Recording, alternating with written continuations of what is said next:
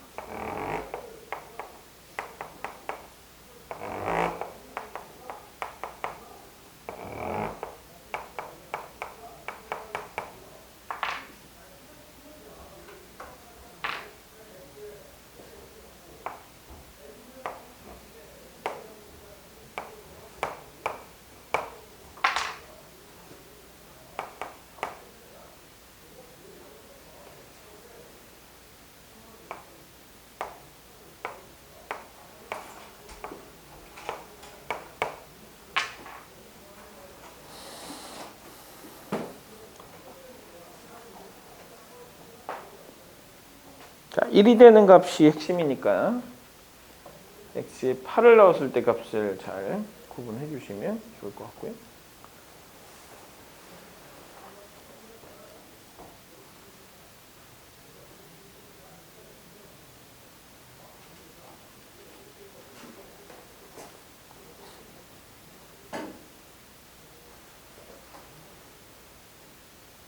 이거 왜 이렇게 위로 그려? 앞에 개수 없어요. 다시 3번을 풀어주시고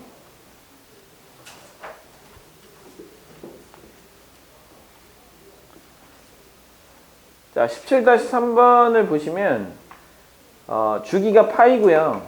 주기가 2분의 파이거든요. 그러면 얘는 파이 안에 하나의 주기가 들어가면 되는 거고요. 그 다음에 얘는 파이 안에 두 개의 주기가 들어가면 되는 거예요. 자, 하나의 주기인데 코사인이니까 1에서부터 시작해서 이런 형태의 그림을 그려주셔야 되겠죠. 자, 이게 코사인 2x의 그래프고요.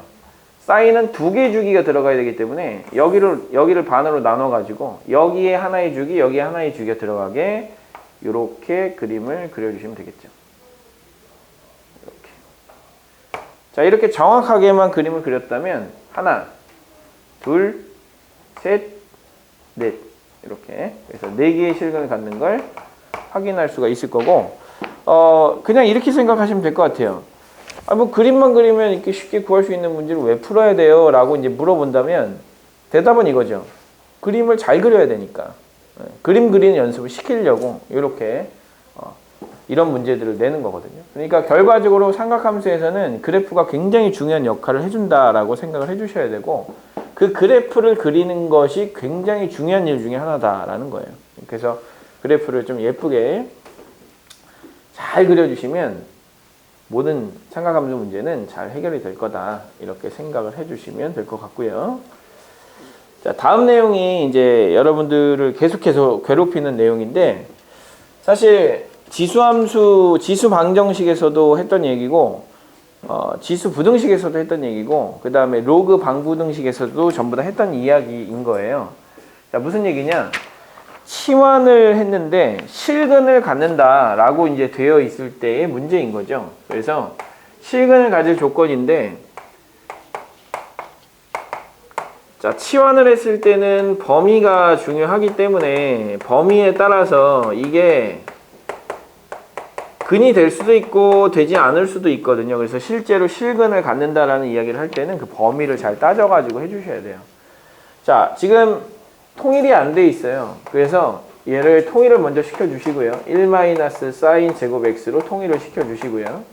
그 다음에 4 코사인 x 써주시고 마이너스 a는 0이다 이렇게 써주시고요. 자, 마이너스 4 사인 제곱 코사인이죠? 자, 마이너스 4 코사인 제곱 x 그 다음에 플러스 4 코사인 x 그 다음에 플러스 4 마이너스 a거든요. 자, 그러면 4 코사인 제곱 x에 마이너스 4 코사인 x 그 다음에 마이너스 4 플러스 a가 되기 때문에 자, 요게 실근을 가져야 되는 건데 자, 중요한 것은 얘를 어쨌든 코사인 x를 t로 치환해서 2차 방정식의 실근을 찾으려고 하는 거거든요. 그래서 4t 제곱 마이너스 4t에다가 마이너스 4 더하기 a가 0이 돼야 되는데 자, 중요한 것은 이거의 범위가 존재한다는 게 가장 중요한 포인트죠. 얘가 어디서부터 어디까지다? 마이너스 1부터 1까지다. 그러니까 얘가 실근을 가질 때도 이 안에 있는 실근을 가져야지만 실근을 갖는 것이지 이 안에 있는 실근을 갖지 않으면 실제로 나온 t 값이 뭐 3이다 이렇게 나왔으면 실제로 t가 코사인이기 때문에 코사인이 3이 되는 그런 실근은 존재하지 않거든요. 이런 값은 될 수가 없으니까 자, 이런 값들이 나오지 않게 실근을 가질 수 있게 해주셔야 돼요. 그러면 이제 어떻게 해주셔야 되느냐? 얘가 일단 실근이 존재해야 되는데 어디에서만 존재해야 되냐면 마이너스 1과 1 사이에서만 실근이 존재해야 되는 거예요. 그럼 이제 여러분들이 요거에 축을 먼저 따져보시는 거죠. 축이 어디 있어요? 자, 이런 걸 따질 때 범위가 있는 이러한 문제를 따질 때 우리는 항상 세 가지를 따지지 않습니까? 자, 축을 먼저 좀 따져주셔야 되는데요. 자, 축이 얼마냐면 2분의 1이죠. 자, x는 2분의 1이 축이니까 그림을 그렸을 때 얘가 2분의 1이 되는 것이고 여기에 아래로 볼록하게 이렇게 그림을 그려주셔야 되는 거예요. 이렇게. 자, 그러면 우리가 이제 생각해야 되는 부분은 어디서부터 어디까지냐면 마이너스 1부터 그 다음에 1까지. 자, 요 부분이어야 되거든요. 요 부분. 자, 요 부분이어야 되기 때문에 요 부분에서 실근을 가져야 되는 거예요. 자, 요 부분에서 x축과 만나야 되는 거죠. 그러니까 x축을 잘 조정을 해볼게요. x축을 이렇게 조정을 해서 얘가 0이 되는 건 x축과 만나는 점이 있다는 거예요. 어느 부분이? 요 부분이. 자, 요 부분이 x축과 만나면 얘는 실근을 갖는 것이고 만나지 않으면 실근을 갖지 않는 거거든요. 그러면 이제 이렇게 생각하면 되죠. x축을 그렸을 때 딱 여기 접할 때부터 시작해서 어디를 지나갈 때까지 여기를 지나갈 때까지가 실근이 존재하는 구간이고요. 자, 실근이 존재하는 구간이고 이 위쪽하고 이 아래쪽은 만나지 않죠. 그러면 실근이 존재하지 않는 구간이겠죠. 자, 이것도 마찬가지로 실근이 존재하지 않는 구간. 그래서 결과적으로 X축을 따져줘야 되는데 그러면 X축을 왔다 갔다 할 것도 있지만 이 값을 먼저 정해주시면 돼요. 마이너스 1을 넣으면 얼마가 나와요?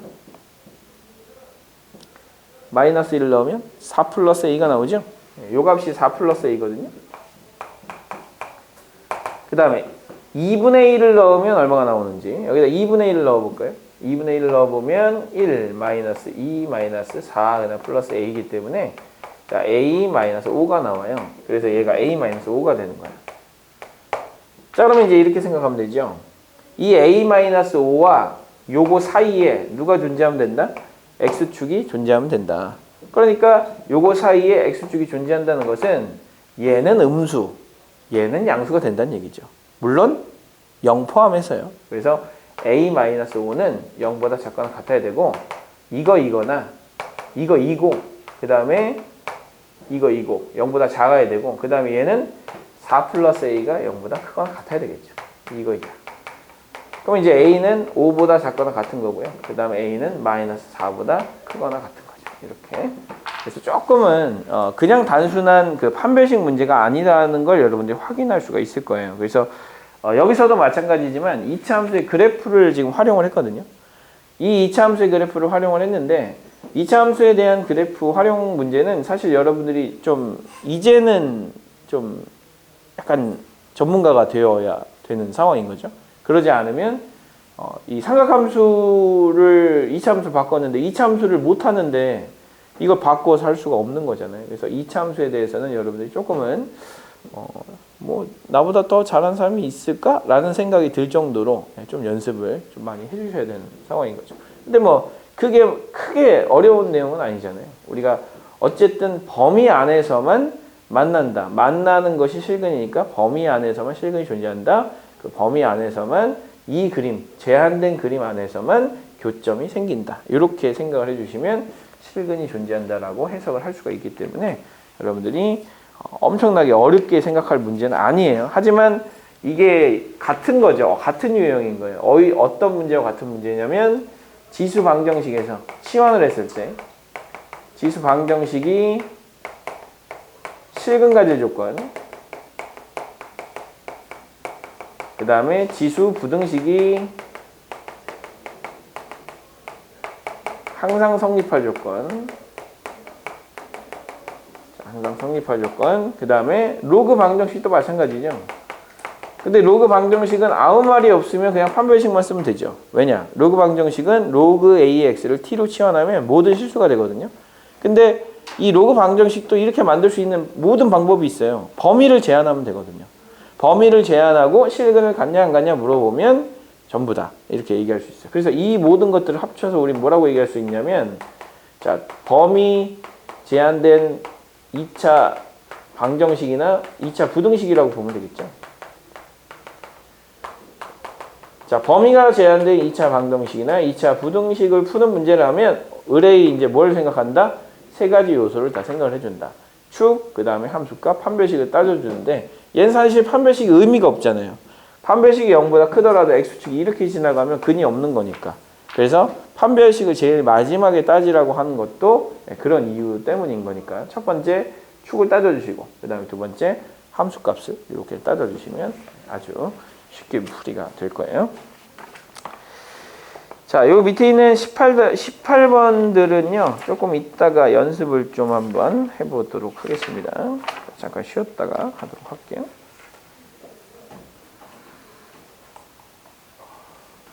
뭐 제일 늦게 온 놈이 뭘 제일 힘들어해.